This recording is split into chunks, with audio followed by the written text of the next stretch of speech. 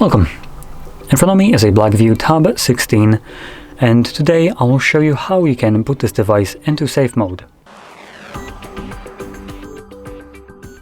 So to get started, you want to hold your power button, and when you see your boot options, hold power off. This then changes into reboot to safe mode. Confirm it by tapping on OK.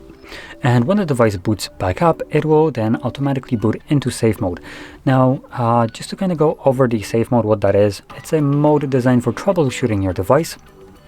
So if you don't really have any problems software-based with your device, there is really no reason for you to boot into this mode. And the reason there is no reason to boot into it is in this mode, only the pre-installed applications will function normally. Any application that you have installed yourself, even some of the ones that come pre-installed with this device, will be temporarily disabled as long as you are in this mode. So neither you nor the device can start it up.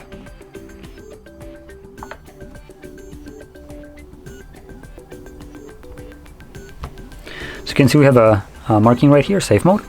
And let's see if we have any applications that will not work here. So we do. We have some kind of game right here.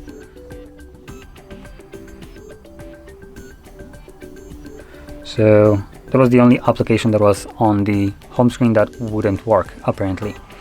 The way you can obviously see it is it becomes transparent.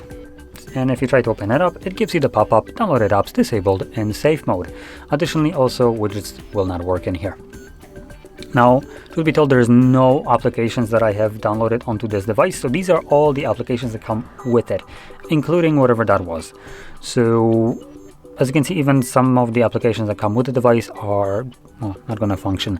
But compared to other devices, there is still a relatively vast amount of applications that aren't really native just to like a stock Android that do function, like YouTube Kids, Cloud Room, whatever that is, System Manager, FM radio. These would typically on other devices be disabled. Anyway, once you're done with this mode and you want to go back to the normal one, hold your power button, and this time around all you need to do is select restart. When the device boots back up, it automatically goes back to normal mode.